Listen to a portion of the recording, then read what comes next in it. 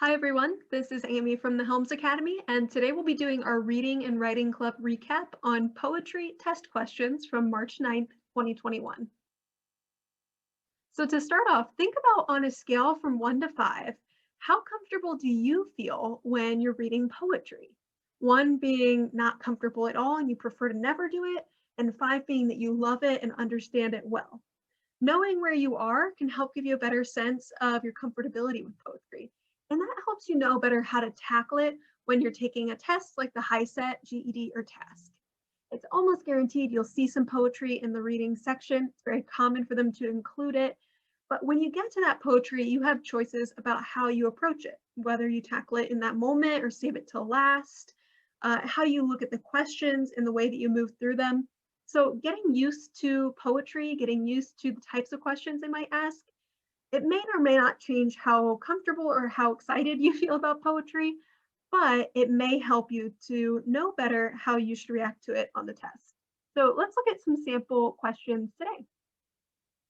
We're going to start by reading this poem, which is called Who Burns for the Perfection of Paper. This poem was written by Martina Espada, and this is as part of one of the free practice tests provided by HiSET on their website. The poem goes like this. At 16, I worked after high school hours at a printing plant that manufactured legal pads, yellow paper, stacked 7 feet high and leaning as I slipped cardboard between the pages, then brushed red glue up and down the stack. No gloves, fingertips required for the perfection of paper, smoothing the exact rectangle. Sluggish by 9 p.m., the hands would slide along suddenly sharp paper and gather slits thinner than the crevices of the skin, hidden. Then the glue would sting till both palms burned at the punch cloth. 10 years later, in law school, I knew that every legal pad was glued with the sting of hidden cuts, and that every open law book was a pair of hands upturned and burning. So I would recommend when you see a poem on the test that you take a moment to really read it through at least 2 times to make sure that you get a good idea for what the poem is about. So I would encourage you to pause the video here, take a moment to read through again on your own, and then we'll move on to some questions in just a moment. So let's take a look at a few questions that you can ask yourself before you get started. So first of all, I noticed that this is a story that someone is telling. And while we don't have that person's name, it's told from the I perspective, that first person perspective. So you do want to think about who's telling the story, who's speaking in this poem, and what do you know about that person? I found it interesting that when I learn more about this person, it tells me a lot about the poem as well. So first of all, I know that at the beginning of this poem, the person is 16 years old. And at the end, we see 10 years later. So we're seeing this person at 2 different parts of their life. That also tells us more about when the story takes place. Now, if I want to find out more about this person, I see that they worked after high school hours. So when this person's a teenager, they're working a job after they go to school. And I wonder where they're working.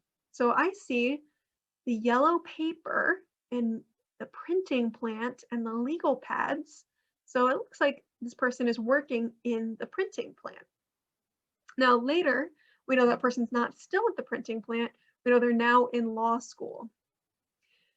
And then anything else that really stood out to me about this person?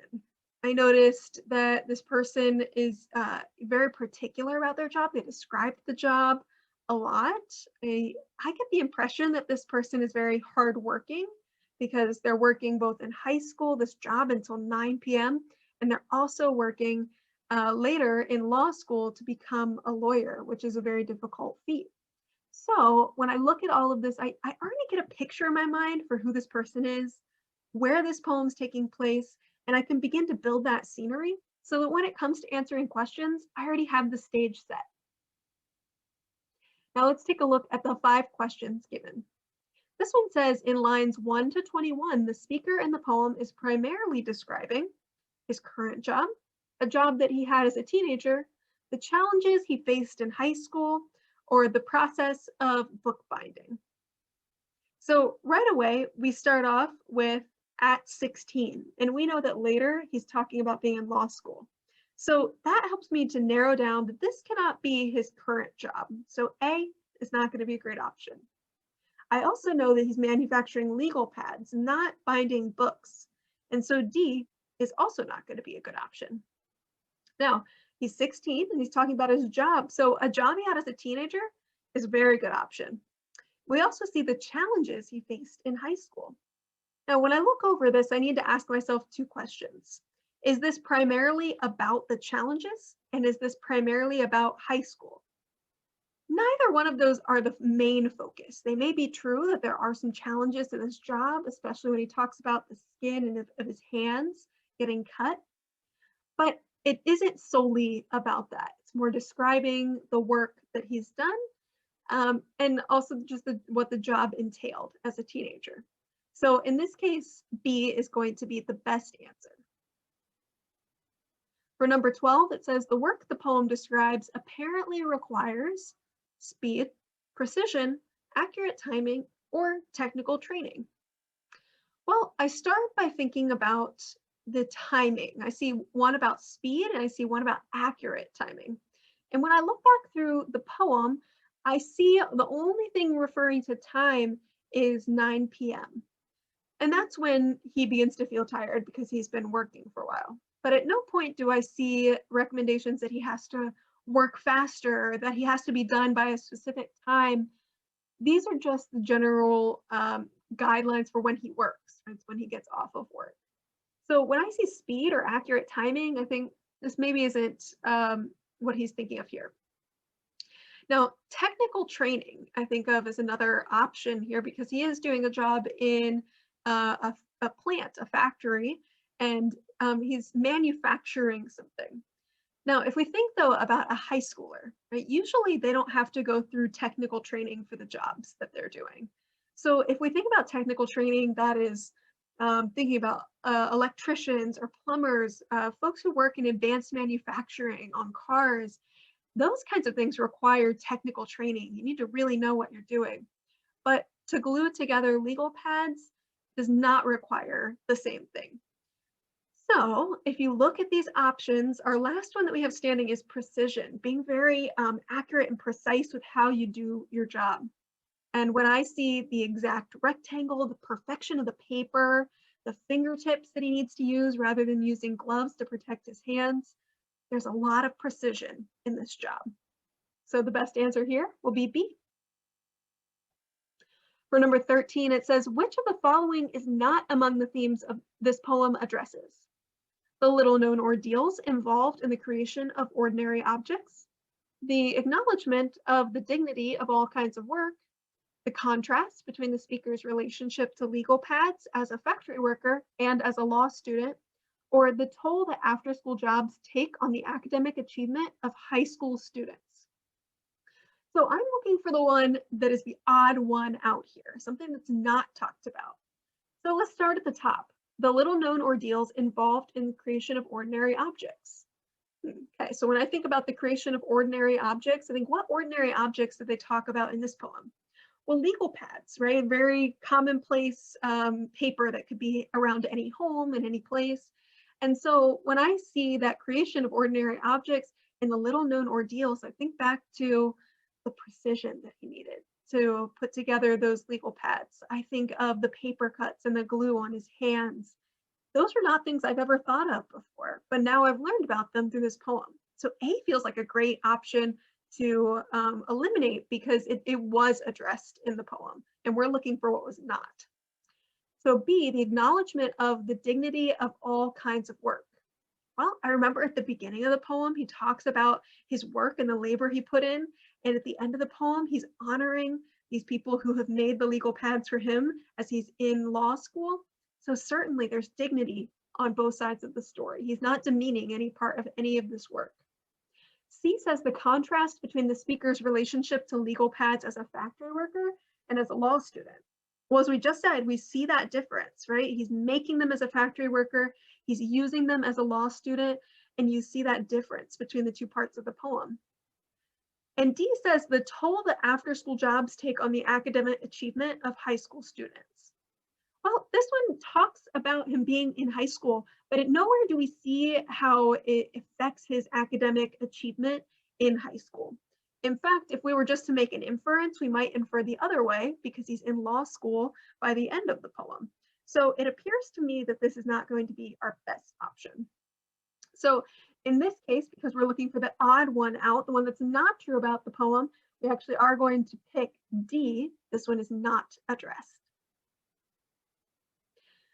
Okay, so which of these does the speaker most strongly express at the end of the poem, lines 22 to 27? So you can see lines 22 to 27 are on the left side of the screen here.